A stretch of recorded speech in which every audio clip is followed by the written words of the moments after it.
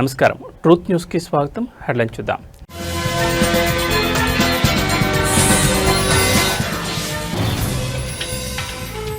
ఈ నెల 15న తెలంగాణ కేబినెట్ భేటీ.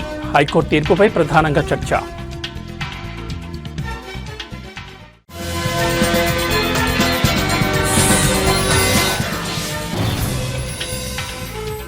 సిఐపై దౌర్జన్యం చేశారని పేర్ని నానిపై కేసు. మాజీ మంత్రి అనుచరులు 29 మందిపైన ఎఫ్ఐఆర్.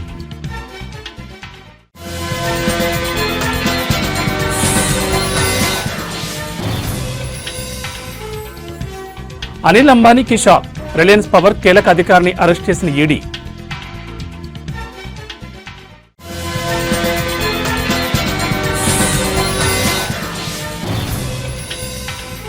నోబెల్ శాంతి బహుమతి ప్రకటనపై వైట్ హౌస్ విమర్శ. ట్రంప్కు ప్రకటించకపోవడంపై అక్కసు. పాత రిజర్వేషన్ల ప్రకారం స్థానిక సంస్థల ఎన్నికలపై ముందుకు వెళ్లొచ్చని తెలంగాణ హైకోర్టు గత అర్ధరాత్రి ఆర్డర్ కాపీ విడుదల చేసింది. ఇప్పుడు రాష్ట్రంలో ఈ అంశం హాట్ టాపిక్గా మారింది. 42% బీసీ రిజర్వేషన్లను అడ్డుకున్న హైకోర్టు 50% రిజర్వేషన్లు మించకుండా ఎన్నికలు నిర్వహించుకోవచ్చని స్పష్టం చేసింది. 42%లో బీసీలకు 25% రిజర్వేషన్ కేటాయించి మిగతా 17% జనరల్ కేటగిరీకి ఇవ్వాలని సూచించింది. దీనిపై తెలంగాణ ప్రభుత్వం ఇంతవరకు స్పందించలేదు. హైకోర్టు ఆదేశాలపై రాష్ట్ర ప్రభుత్వం తదుపరి నిర్ణయం ఏంటన్న దానిపై సర్వత్రా ఉత్కంఠ నెలకొంది. ఈ అంశంపై సర్కార్ సుప్రీంకోర్టుకు వెళ్తుందన్న ఊహాగానాలు వినిపిస్తున్నాయి. కాగా ఈ నెల 15వ తేదీన సీఎం రేవంత్ రెడ్డి అధ్యక్షతన తెలంగాణ కేబినెట్ భేటీ జరగనుంది. ఈ సమావేశంలో బీసీ రిజర్వేషన్ల అంశంతో పాటు హైకోర్టు తీర్పుపై కూడా మంత్రివర్గం చర్చించనున్నట్లు తెలుస్తోంది. మరోవైపు స్థానిక ఎన్నికల నిర్వహణపై రాష్ట్ర ప్రభుత్వం స్పష్టతనివ్వాలని ఎన్నికల సంఘం విజ్ఞప్తి చేయనున్నట్లు సమాచారం. తాజాగా హైకోర్టు జారీ చేసిన ఆర్డర్ కాపీపై ఎన్నికల సంఘం న్యాయ నిపుణులతో చర్చిస్తోంది.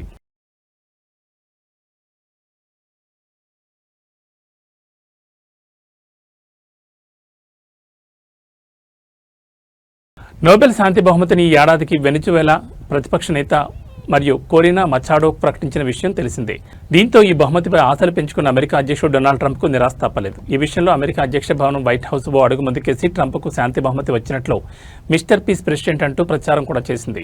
తీరా నోబెల్ దక్కకపోవడంతో అక్కసు పెంచుకున్న వైట్ హౌస్ నోబెల్ కమిటీపై విమర్శలు చేసింది. బహుమతి ప్రకటనను రాజకీయం చేశారని ఆరోపించింది. ఈ విమర్శలపై నోబెల్ కమిటీ తాజాగా స్పందించింది. నోబెల్ అవార్డుల ఎంపికకు ముందు అన్ని రకాలుగా పరిశీలన జరుపుతాం. అవార్డు అందుకోవడానికి అన్ని అర్హతలు ఉన్నాయని నిర్ధారించుకున్న తర్వాత ఎంపిక చేస్తాం. నోబెల్ ప్రైజ్కు ఎంపికలు ప్రధానంగా అభ్యర్థి చేసిన పనులను పరిగణలోకి తీసుకుని ఆల్ఫ్రెడ్ నోబెల్ వీలునామా ప్రకారమే అభ్యర్థులను ఎంపిక చేస్తామని పరోక్షంగా వైట్ హౌస్ కు చురకలు వేసింది. నోబెల్ పీస్ ప్రైజ్ ఎంపికలను ఈ నియమాలనే పాటించామని స్పష్టం చేసింది. ఏటా నోబెల్ శాంతి బహుమతి కోసం తమకు వేలాదిగా దరఖాస్తులు వస్తాయని కమిటీ తెలిపింది. వాటన్నింటినీ పరిశీలించి నిజంగా శాంతి కోసం కృషి చేసిన వారిని బహుమతి కోసం ఎంపిక చేస్తామని, ఇందులో ఇతర అంశాలేవీ ప్రభావం చూపబోవని స్పష్టం చేసింది.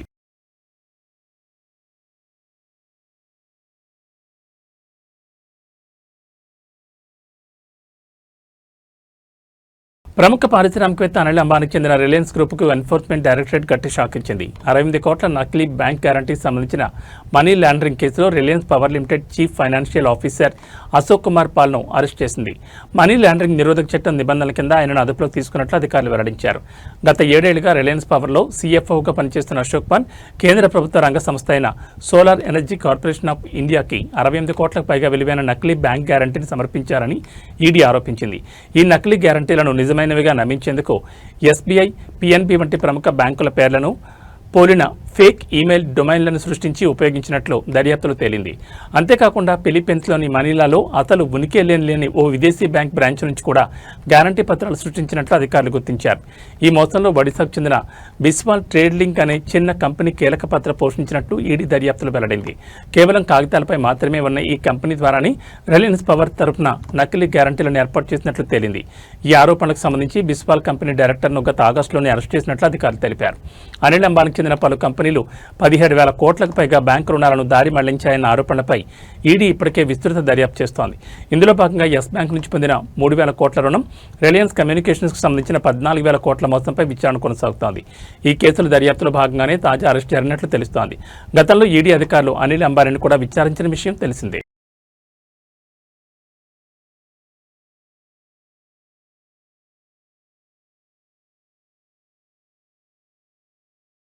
ఆంధ్రప్రదేశ్ మాజీ మంత్రి వైసీపీ సీనియర్ నేత పేర్ని నానిపై పోలీసులు కేసు నమోదు చేశారు. పోలీసు అధికారి విధులకు ఆటంకం కలిగించారని, ఆర్పేట సీఐ యేసుబాబుపై దౌర్జన్యం చేశారని చిలకలపూడి స్టేషన్లో ఈ మేరకు కేసు నమోదైంది.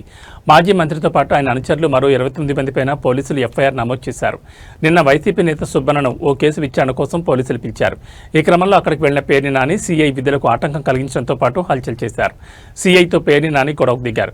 మెడికల్ కాలేజ్ ధర్నా కేసులో తన అనుచరుని వేధిస్తున్నారని, విచారణ పేరుతో రోజు స్టేషన్కి పిలుస్తున్నారని ఆగ్రహం వ్యక్తం చేశారు. వైసీపీ మళ్లీ అధికారంలోకి రాగానే తానంటే ఏమిటో ఏపీ పోలీసులకు చూపిస్తానని పేర్ని నాని హెచ్చరించారు. ఈ ఉదంతానికి సంబంధించిన వీడియో సోషల్ మీడియాలో వైరల్గా మారడంతో తీవ్రంగా పరిగణించిన ఎస్పీ మాజీ మంత్రిపై కేసు నమోదు చేయాలని ఆదేశించారు.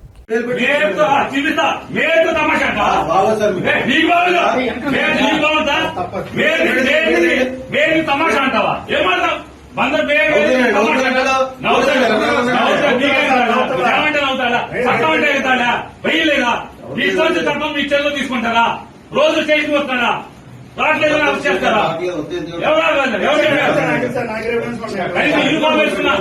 అబద్ధం లేకుండా సిసి కూడా ఎత్తింది. ఎందుకు వచ్చాడు అందుకు వచ్చాడని మాట్లాడతారు. అందులో చెప్పింది మాట ఎవరు తెలుసండి అనుకుని నవ్వుకున్నారు వాళ్ళు. వాళ్ళు నవ్వుకున్నారు వాళ్ళు. ఏం పర్లేదు తెచ్చే రోజు అనుకుని నవ్వుకున్నారు. అవునండి, నేను అప్పుడు గుర్తుపట్టలేదు. గుర్తుపట్టాను రోజు వస్తాను కంగారు. ఊరేస్తారేమో అంతేనా? ఎందుకంటే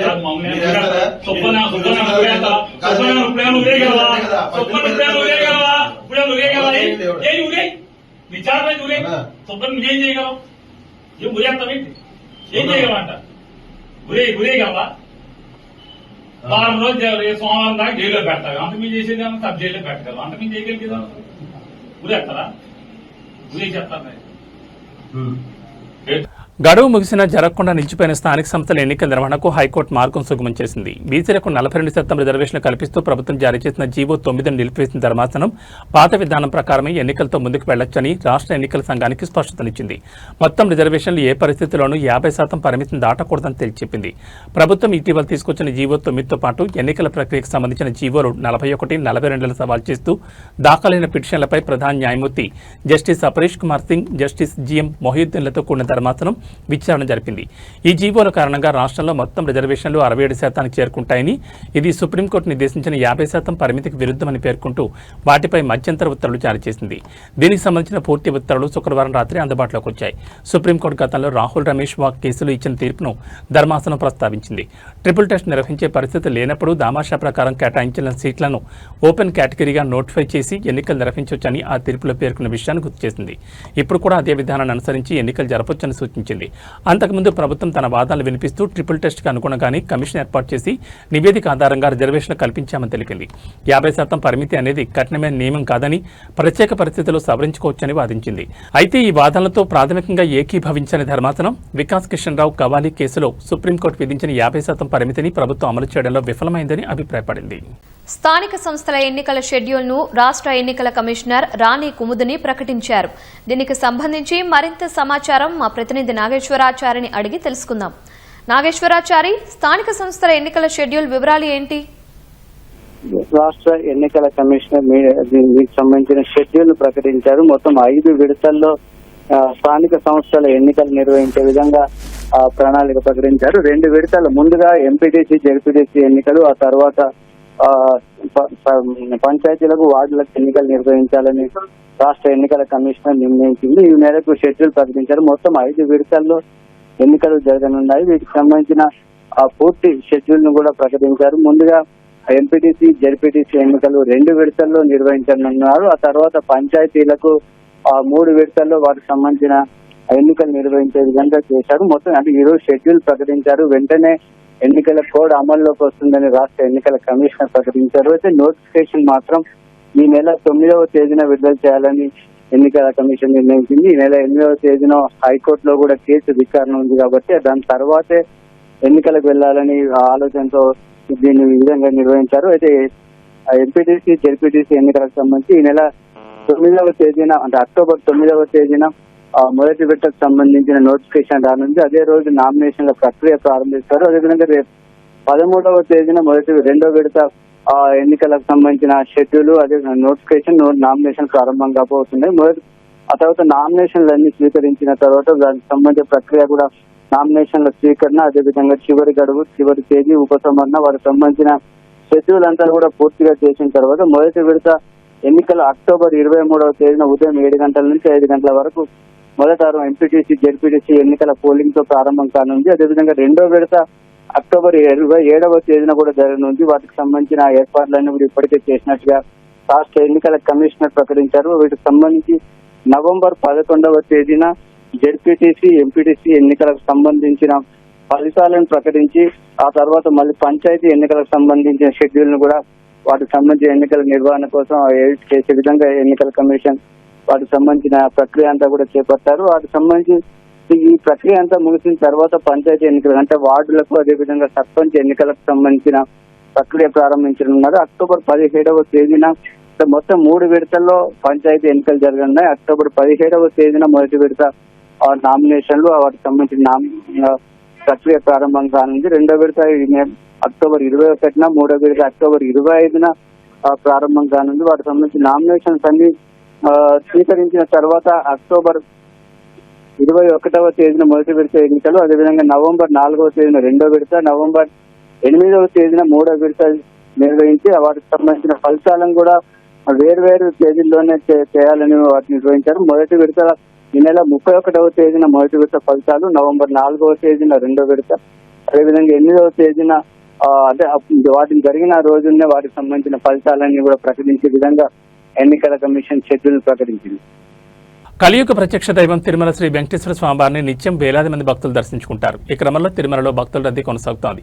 నేడు శ్రీవారి దర్శనానికి 20 గంటల సమయం పడుతోంది. శ్రీ వెంకటేశ్వర స్వామివారి సర్వదర్శనానికి భక్తులు కృష్ణతీజ గెస్ట్ హౌస్ వరకు బారులు తీరున్నారు.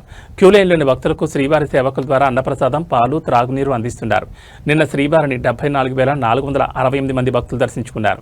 26,878 మంది తలనీలాలు సమర్పించుకున్నారు. శ్రీవారి హుండీ ఆదాయం 3.86 కోట్లు వచ్చిందని టీటీడీ అధికారులు తెలిపారు. భక్తులు వివిధ రాష్ట్రాల నుంచి భారీగా తరలివచ్చారు. నిరంతరం కొనసాగుతోంది భక్తజన ప్రవాహంతో సామాన్య భక్తులకు స్వామివారి దర్శనం కష్టంగా మారింది. ఈ మేరకు టోకెన్లు లేని భక్తుల దర్శనానికి సుమారు 24 గంటల సమయం పడుతోంది. బ్రహ్మోత్సవాల సమయంలో రద్దీ పెరిగింది. ఇంకా ఆ రద్దీ అలాగే ఉంది. తిరుమల వీధులన్నీ భక్తులతో కిటకిటలాడుతున్నాయి. అన్ని కంపార్ట్మెంట్లు భక్తులతో కిక్కిరిసిపోయి శిలాతోరణం వరకు భక్తుల క్యూ లైన్ ఉంది. మాడవీధులు గోవింద నామ స్మరణలతో మారుమోగిపోతున్నాయి. తమిళనాడుకు చెందిన ఎక్కువ మంది భక్తులు తిరుమలకు చేరుకుంటున్నారు.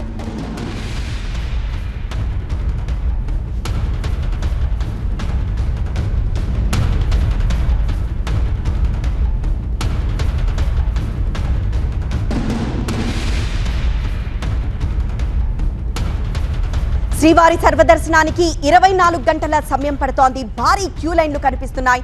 శిలాతోరణం వరకు భక్తుల క్యూ లైన్స్ కనిపిస్తున్నాయి. నిన్న శ్రీవారిని 74,881 మంది దర్శించుకున్నారు. 3.93 కోట్ల ఆదాయం వచ్చింది. తిరుమలలో ప్రస్తుతం భక్తుల రద్దీ ఇంకా కొనసాగుతోంది. దసరా తర్వాత కూడా ఈ రద్దీ ఇలానే కొనసాగుతోంది.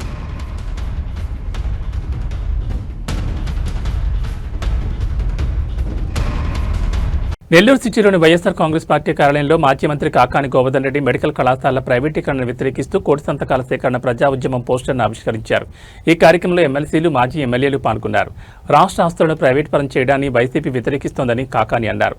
అక్టోబర్ 10 నుంచి నవంబర్ 22 వరకు 42 రోజుల పాటు అన్ని గ్రామాలు, పట్టణాల్లో ప్రజల నుంచి సంతకాలు సేకరిస్తామని ఆయన తెలిపారు.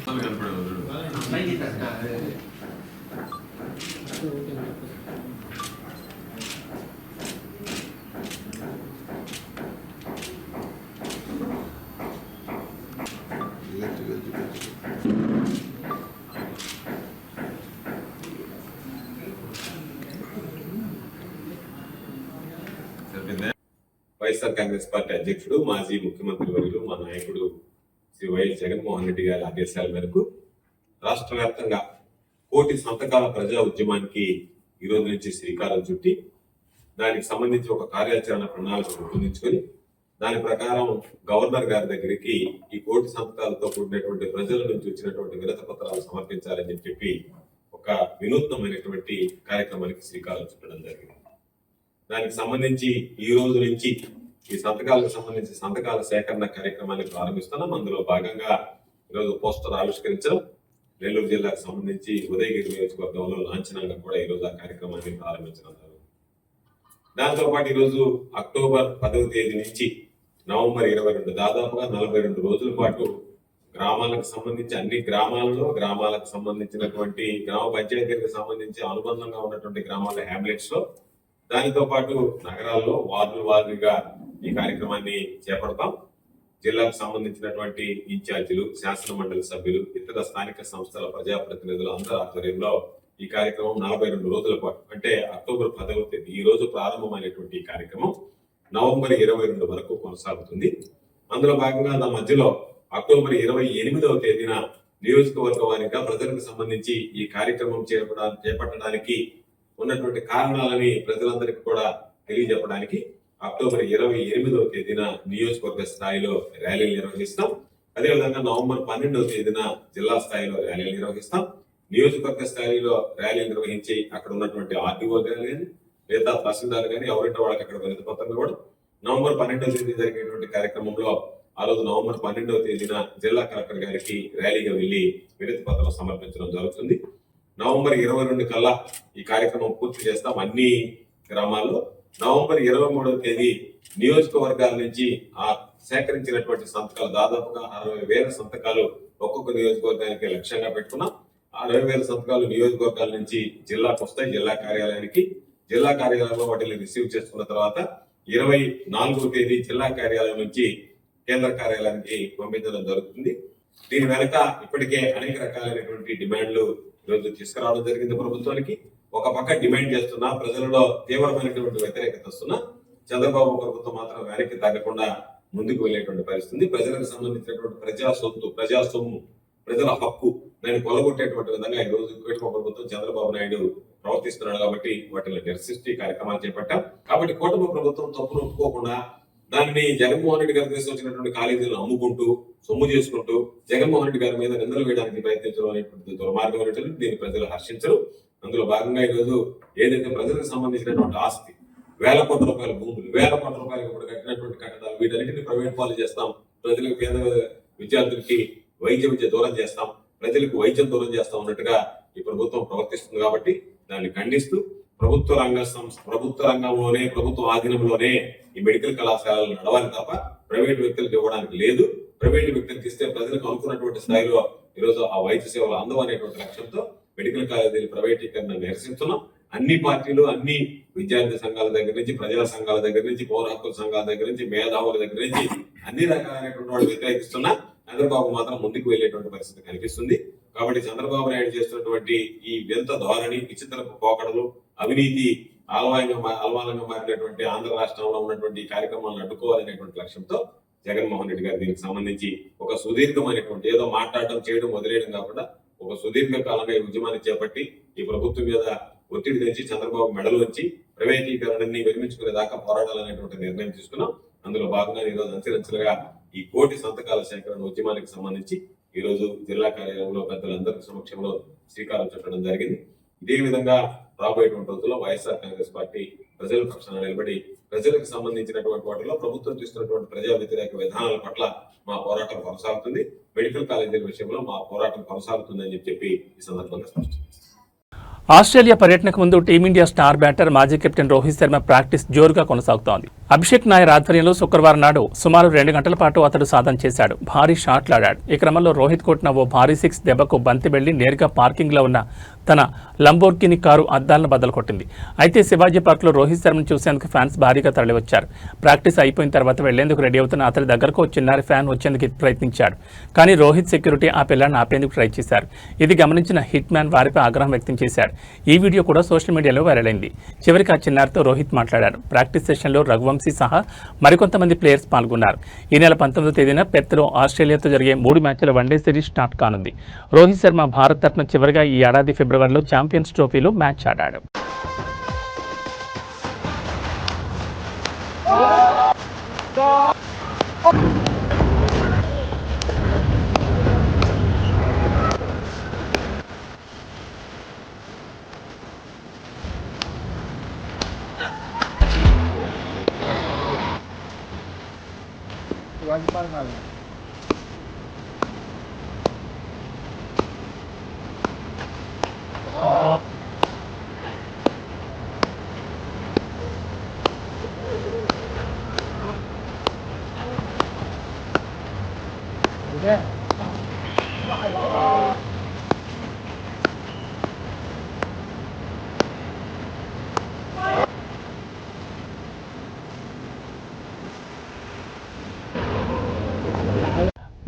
మ్యాడ్ స్క్వేర్, ఆయ్ వంటి హిట్ చిత్రాల ద్వారా హీరోగా మంచి గుర్తింపు పొందిన నారిని నితిన్ వివాహం హైదరాబాద్ శివారు శంకర్పల్లిలో లక్ష్మీ శివానితో అత్యంత వైభవంగా జరిగింది. నితిన్ బావ మ్యాన్ ఆఫ్ మ్యాసెస్ ఎన్టీఆర్ తన భార్య లక్ష్మీ ప్రణయ్తో కలిసి అతిథులను ఆహ్వానించడం వివాహ వేడుకలో ప్రత్యేక ఆకర్షణగా మారింది. ఇందుకు సంబంధించిన వీడియో సోషల్ మీడియాలో వైరల్గా మారగా నితిన్కి ఎన్టీఆర్ ఎలాంటి గిఫ్ట్ ఇచ్చి ఉంటాడని అభిమానులు చర్చించుకుంటున్నారు. వధువు తల్లిదండ్రులకు విక్టరీ వెంకటేష్ ఫ్యామిలీతో బంధుత్వం ఉంది. ఇక నితిన్ కెరీర్ పరంగా చూసుకుంటే ఈ ఏడాది జూన్లో శ్రీ శ్రీ శ్రీ రాజావారితో ప్రేక్షకుల ముందుకొచ్చాడు. ప్రస్తుతం పలు కొత్త చిత్రాలు చర్చల దశలో ఉన్నాయి.